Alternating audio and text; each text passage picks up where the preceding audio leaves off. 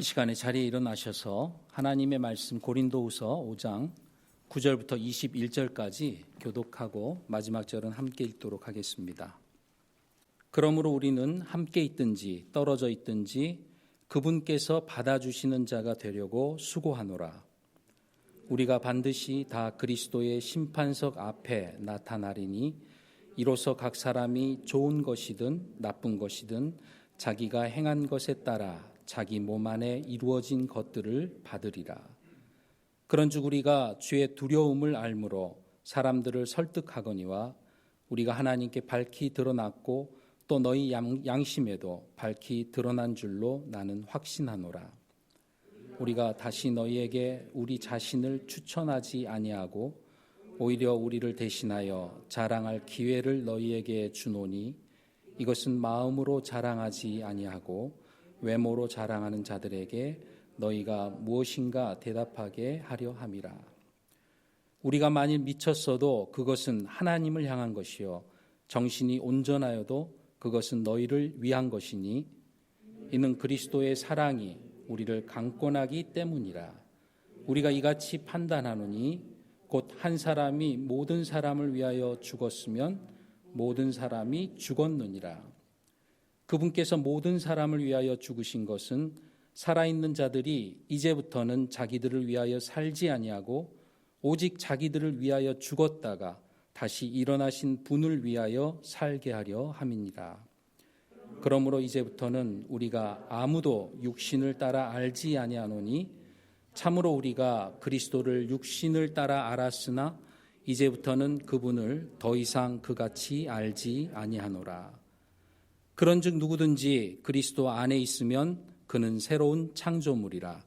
옛 것들은 지나갔으니 보라 모든 것이 새롭게 되었도다. 모든 것이 하나님에게서 났으며 그분께서 예수 그리스도를 통하여 우리를 자신과 화해하게 하시고 또 화해하게 하는 사역을 우리에게 주셨으니 곧 하나님께서 그리스도 안에 계시사 세상을 자신과 화해하게 하시며 그들의 범법을 그들에게 돌리지 아니하시고 화해하게 하는 말씀을 우리에게 맡기셨느니라.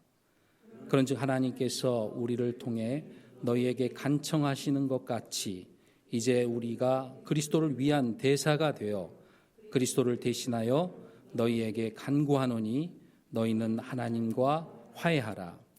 하나님께서 죄를 알지 못한 그분을 우리를 위하여 죄가 되게 하신 것은 우리가 그분 안에서 하나님의 의가 되게 하려 하심이라. 아멘. 자리에 앉겠습니다. 그리스도인을 향한 십자가 사건의 의미라는 제목으로 오늘 말씀 선포를 하도록 하겠습니다. 잠시 말씀을 위해서 기도하겠습니다. 하나님 아버지 감사합니다. 저에게 이렇게 좋은 주의를 주시고 사랑하는 성도들과 함께 하나님께 나와서 예배하게 하시니 감사드립니다. 하나님의 그 말씀을 오늘 마음속에 깊이 기억할 수 있는 귀한 시간 되게 도와주시고 성령 하나님께서 말씀을 깨달아 알고 풍성하게 또 그 말씀으로 새로운 한 주를 살아갈 수 있도록 인도하여 주시옵소서. 이 시간을 주님께 온전히 의탁하오며 주 예수 그리스도의 이름으로 기도하옵나이다. 아멘. 또 몇 달 전에 제가 고린도 후서 5장 1절부터 8절까지 말씀을 한번 나눈 적이 있는데요. 이 고린도 후서 5장은 참 중요한 말씀이 많은 장입니다. 우리 그 핵심 성경 그 암송 144구절 안에 이 6구절이 포함되어 있는 그 성경 장입니다. 그 관심을 갖고 한번 여러분들 암송을 해보시면 좋을 것 같은데요. 그 1절에 만일 땅에 있는 우리의 이 장막집이 해체되면 하나님의 건물 곧 손으로 지은 집이 아니요 하늘에 있는 영원한 집이 우리에게 있는 줄 우리가 아느니라. 이렇게 부활에 대해서 말씀을 하시고 또 7절에 보면은 우리는 믿음으로 걷고 보는 것으로 걷지 아니하노라. 예, 그리스도인의 삶에 대해서도 말씀을 하십니다. 그리고 또 10절에 보시면 우리가 반드시 다 그리스도의 심판석 앞에 나타나리니 이로써 각 사람이 좋은 것이든 나쁜 것이든 자기가 행한 것에 따라 자기 몸 안에 이루어진 것들을 받으리라. 이렇게 그리스도의 심판석에서 우리가 어떻게 드러날 것인지 말씀을 하고 계십니다. 그리고 또 15절에 보시면 그분께서 모든 사람을 위하여 죽으신 것은 살아있는 자들이 이제부터는 자기들을 위하여 살지 아니하고 오직 자기들을 위하여 죽었다가 다시 일어나신 분을 위하여 살게 하려 함이라. 그래서 십자가의 의미에 대해서 또 말씀을 하시고요. 17절에 보면은 너무나 유명한 말씀이죠. 그런즉 누구든지 그리스도 안에 있으면 그는 새로운 창조물이라. 옛 것들은 지나갔으니 보라 모든 것이 새롭게 되었도다. 새로운 창조물이라는 또 선언을 하게 됩니다. 그리고 21절에 보면은 하나님께서 죄를 알지 못한 그분을 우리를 위하여 죄가 되게 하신 것은 우리가 그분 안에서 하나님의 의가 되게 하려 하심이라고 죄가 되어 죽으신 예수님에 대해서 말씀을 하십니다. 지난번 그 말씀 선포 때 1절에서 8절까지 우리 부활의 소망을 가지고 우리 믿는 사람들이 믿음으로 걷고 보는 것으로 걷지 않는 것이 무슨 의미인지 함께 나눴는데요. 7절 말씀에 믿음으로 걷고 보는 것으로 걷지 않는다. 이 의미는 이 세상 사람들처럼 우리가 자신의 경험이나 지식, 기술과 능력에 의지해서 인생을 살아가는 것이 아니고 절대 진리 되시는 창조주 하나님께서 기억해 주시고 가치롭게 여기는 것들을 인식하며 살아가는 것이 바로 믿음으로 걷고 보는 것으로 걷지 않는다라는 의미로 말씀을 나눴습니다. 지금까지 인류의 역사상 가장 혁명적이고 극적인 사건을 하나 꼽으라고 하면 아마 그것은 하나님께서 인간의 육체를 입고 이 땅에 오신 것이다 라고 말씀을 드릴 수가 있을 것 같아요. 다른 모든 사건들, 이슈들, 그리고 또 문명의 발전사에 길이 남을 만한 대단한 인간의 이런 노력들은 모두 대등소이할 수밖에 없는데 이 모든 것은 역사의 주인이신 하나님의 주관 아래 인간에 의해서 만들어진 역사라는 측면에서는 다 비슷하지만 하나님께서 육체를 입고 이 땅에 오신 이 사건은 하나님 자신이 직접 개입한 사건이기 때문에 전혀 차원이 다른 이야기입니다.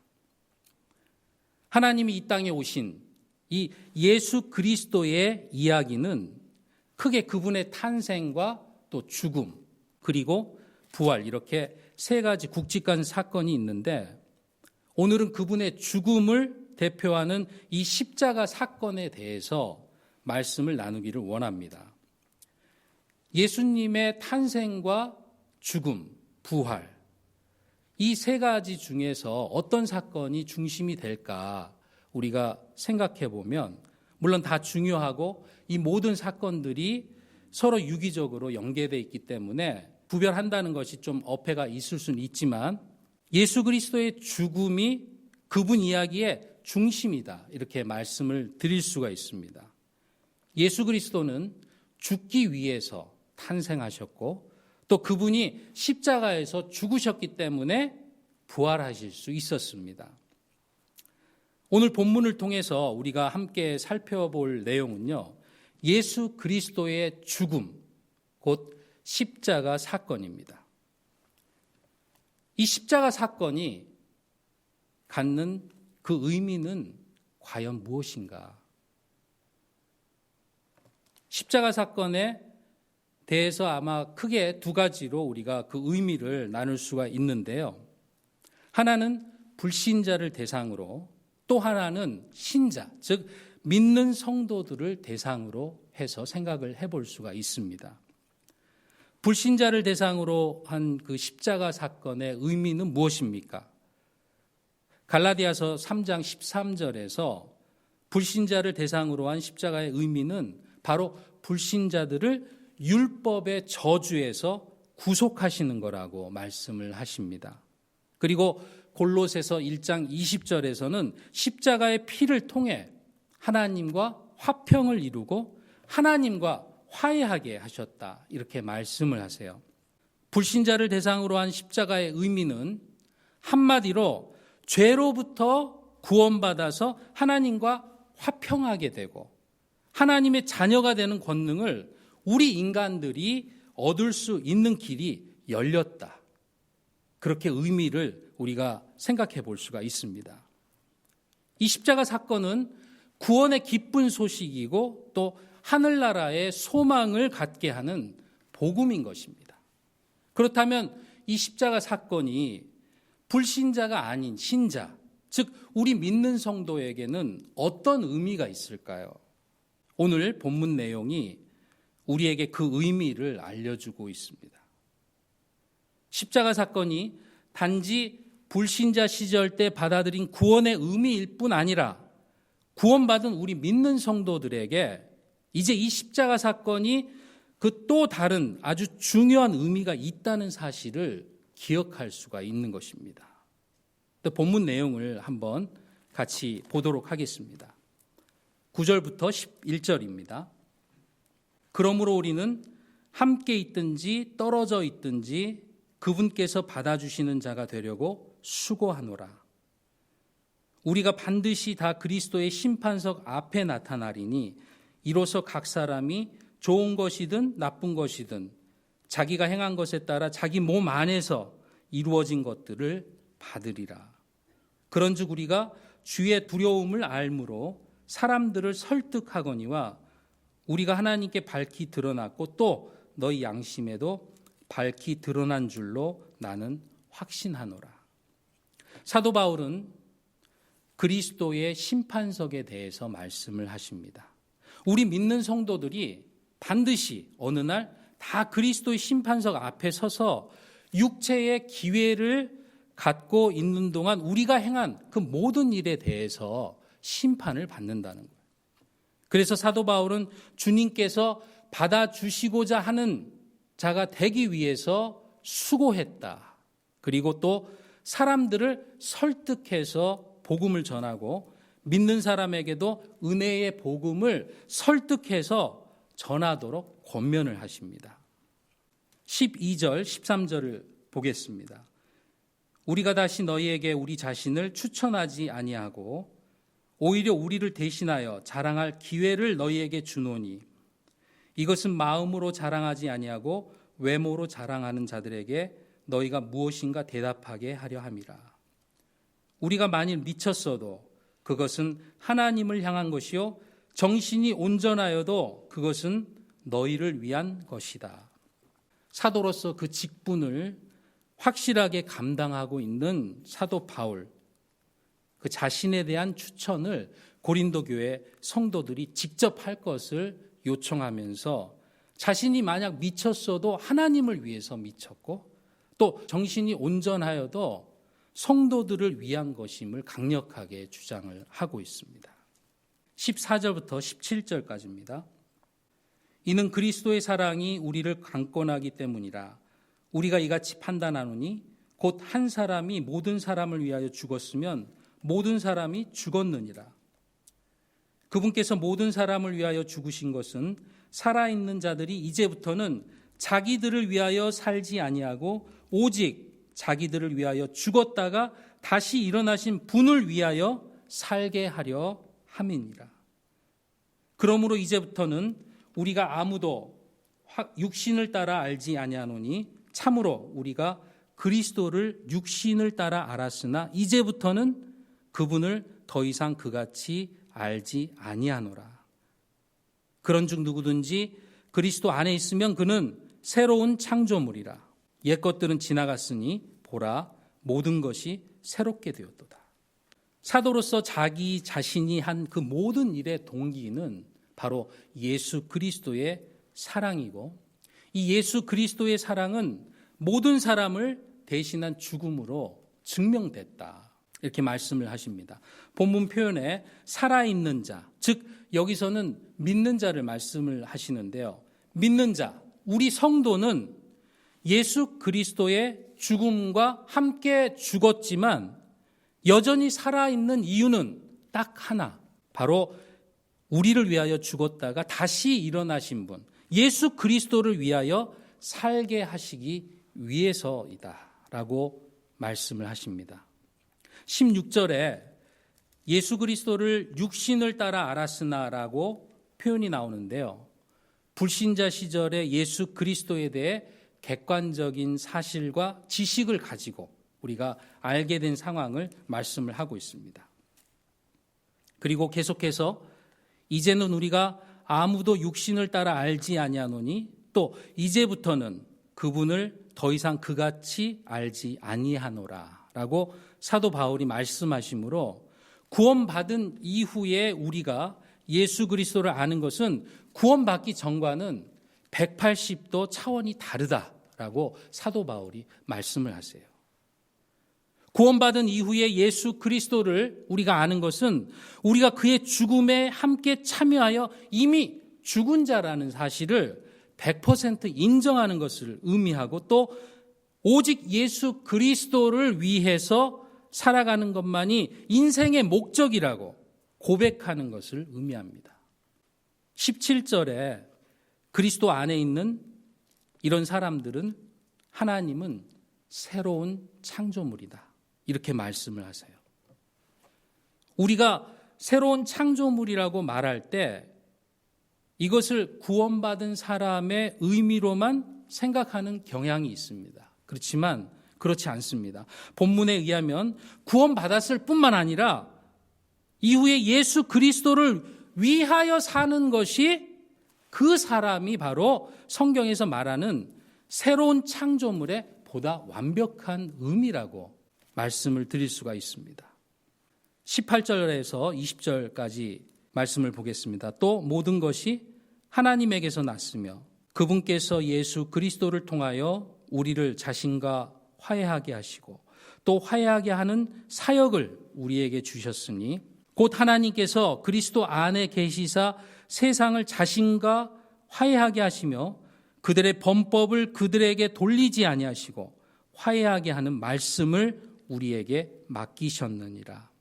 그런즉 하나님께서 우리를 통해 너희에게 간청하시는 것 같이 이제 우리가 그리스도를 위한 대사가 되어 그리스도를 대신하여 너희에게 간구하노니 너희는 하나님과 화해하라. 예수 그리스도를 통하여 먼저 우리 믿는 사람이 하나님과 화해하게 하시고 이후에 그 화해하는 사역을 우리에게 주시는데 어떻게 주시느냐? 화해하게 하는 말씀을 우리에게 맡기심으로 그렇게 하신다는 겁니다. 이 화해하게 하는 말씀을 우리에게 맡기셨다는 것은 이사야서 52장 7절의 말씀에 복된 좋은 소식을 전하고 구원을 선포하게 하셨다라는 의미와 같다고 말씀을 드릴 수가 있습니다. 20절에 바울은 자신을 그리스도의 대사라고 표현을 하면서 우리 믿는 자들 또 역시 모두 그리스도의 대사라고 말씀을 하십니다. 그리고 이 그리스도 대사의 신분으로 고린도 교회 내에 잘못된 성도들에게 하나님과 화해하라고 권유를 합니다. 그리스도의 대사, 바로 우리 믿는 사람의 별명이에요. 그리스도의 대사는 예수 그리스도의 화해하는 사역을 전하는 사람을 말씀하는 거예요. 그리고 21절에 하나님께서 죄를 알지 못한 그분을 우리를 위하여 죄가 되게 하신 것은 우리가 그분 안에서 하나님의 의가 되게 하려 하심이라. 예수 그리스도께서 죄가 되셔서 우리 모든 사람의 죄값을 다 치르셨기 때문에 인간이 하나님과 화해가 가능하고 또 의롭게 된다는 이 화해의 원리를 사도 바울이 명확하게 설명을 하고 계세요. 이를 신학적인 용어로 전가, 임퓨테이션이라고 말을 합니다. 여러 개의 이런 굵직한 테마들이 함께 있는 본문인데요. 오늘 15절을 중심으로 말씀을 한번 같이 살펴보기를 원합니다. 15절을 함께 읽겠습니다. 그분께서 모든 사람을 위하여 죽으신 것은 살아있는 자들이 이제부터는 자기들을 위하여 살지 아니하고 오직 자기들을 위하여 죽었다가 다시 일어나신 분을 위하여 살게 하려 함이니라. 오늘 말씀 제목이 그리스도인을 향한 십자가 사건의 의미입니다. 예수 그리스도는 십자가에서 죄가 되셔서 죽으심으로 인간을 구원하셨습니다. 이 불신자들에게 이 십자가 사건은 예수 그리스도 그분의 한량없는 사랑의 증표요 구원의 소망입니다. 우리 모두는 불신자로 살아갈 때 이 십자가 사건이 결코 나와 무관하지 않구나. 바로 나 때문에 예수 그리스도께서 십자가에서 죽으셨구나. 이 사실을 깨닫고 구원을 받습니다. 이 십자가 사건은 우리에게 구원을 가져다 준 사건이었어요. 그러나 이 십자가 사건은 구원의 장소, 구원의 의미로만 멈추지 않습니다. 구원을 받았기 때문에 더 이상 이 십자가 사건은 우리 믿는 성도들과 무관한가? 결코 그렇지 않다는 거예요. 십자가 사건은 오히려 더 믿는 성도들 삶 속에 깊이 뿌리 박으며 성도들이 인생을 살아가야 할 근본적인 물음을 던지고 또 그 이유에 대해서 설명을 하고 있습니다. 우리 성도들이 인생을 살아가야 할 근본적인 물음, 또 그 이유, 그게 무엇인지 오늘 본문 15절에서 명확하게 말씀을 하고 계세요. 우리 자신을 위해 사는 인생이 아니라 예수 그리스도를 위해 사는 인생이 바로 우리 믿는 성도들의 인생이라는 것입니다. 하나님의 뜻이라는 책을 쓴 제럴드 시처라는 분이 있습니다. 이 성서 유니온인가요? 그 출판사에서 나온 책인데요. 여러분들도 한번 나중에 읽어보시면 도움이 될 것 같습니다. 풀러 신학교에서 신학을 전공을 하고 또 시카고 대학에서 역사학을 학위를 하고 그리고 이제 교수로 있는 분인데요. 이남 이녀를 두고 아주 다복한 가정으로 모두 다 예수님을 믿고 믿음의 가정을 잘 꾸리며 행복하게 살고 있었습니다. 이분은 십자가 사건을 통해서 구원받은 자신의 가정이 구원받은 이후 이렇게 행복하게 또 아무 걱정 없이 살아가는 것이 하나님의 뜻이고 또 구원받은 사람의 당연한 삶이라고 이렇게 생각을 하면서 지냈어요. 그러다가 어느 날 음주 운전자에 의해서 대형 교통사고가 일어났고 사랑하는 아내와 막내딸 그리고 장모님이 목숨을 빼앗는 그런 결과를 초래하게 되었습니다. 한순간에 불어닥친 이런 깊은 절망과 슬픔 속에서 그는 그리스도인이 하나님 뜻 가운데 살아간다는 것이 무엇인지 다시 한번 깊게 생각하게 되고 그리고 나서 이 책을 써서 출판을 하게 됩니다. 사고 전까지는 그는 아무 걱정 없이 안정된 삶을 살아가는 것이 자기 개인과 가정을 향한 하나님의 뜻이고 또 그리스도인이 누려야 할 당연한 삶이라고 생각을 했지만 그런 그의 생각이 한순간에 깨지면서 그리스도인으로서 이 땅에 살면서 잘 먹고 잘 살면서 아무 탈 없이 사는 것이 그리스도인의 삶의 근본적인 이유와 동기가 될 수 없다는 것을 깨달았어요. 그리스도인을 향한 십자가 사건의 의미는 과연 무엇일까요? 불신자 상태에서 십자가 사건의 의미는 너무나도 명백하게 우리가 구원이다 이렇게 말할 수가 있습니다. 그러나 구원받은 이후 이 십자가 사건은 우리 믿는 성도에게 어떤 의미를 던지고 있는가? 오늘 우리가 함께 생각해 보고 있는 주제입니다.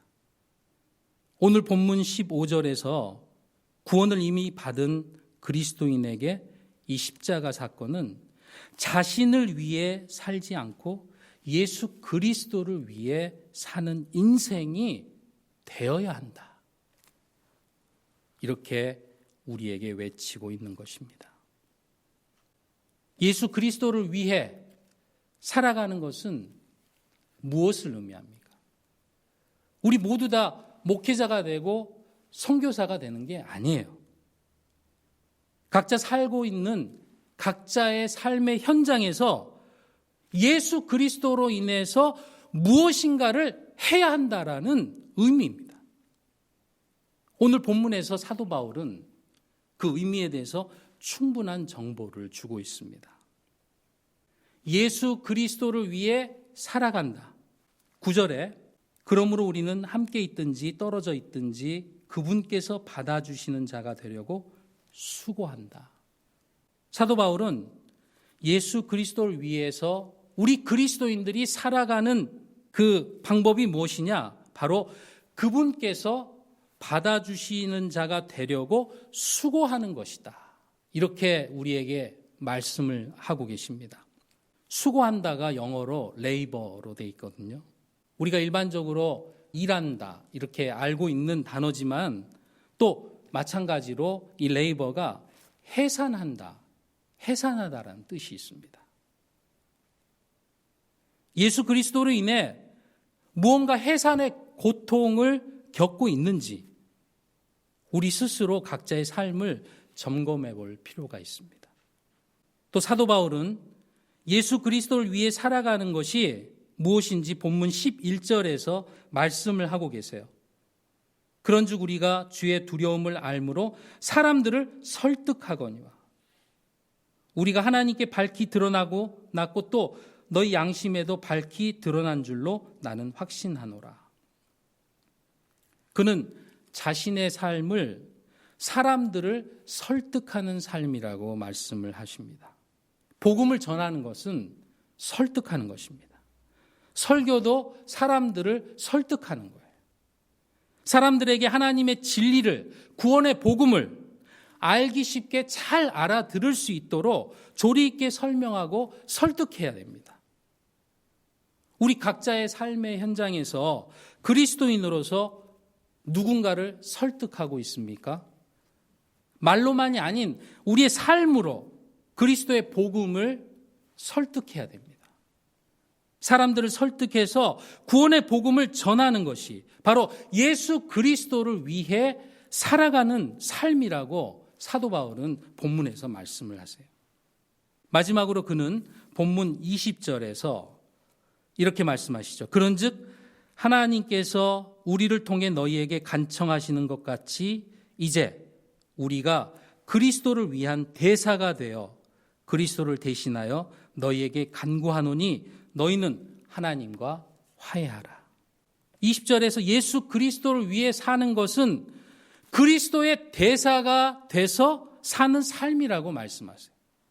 그리스도의 대사가 무엇을 의미합니까? 예수 그리스도의 화해를 전하고 그 화해를 삶 가운데 실천하며 사는 사람이라고 말씀을 하시는 겁니다.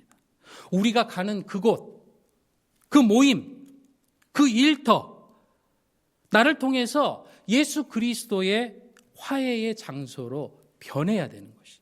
내가 골치 아픈 사람이 되거나 환영받지 못하는 그런 사람이 되어서는 안 됩니다. 오늘 말씀을 정리하겠습니다. 이 시간에 한번 눈을 감고 오늘 말씀을 한번 생각해 보시기 바랍니다.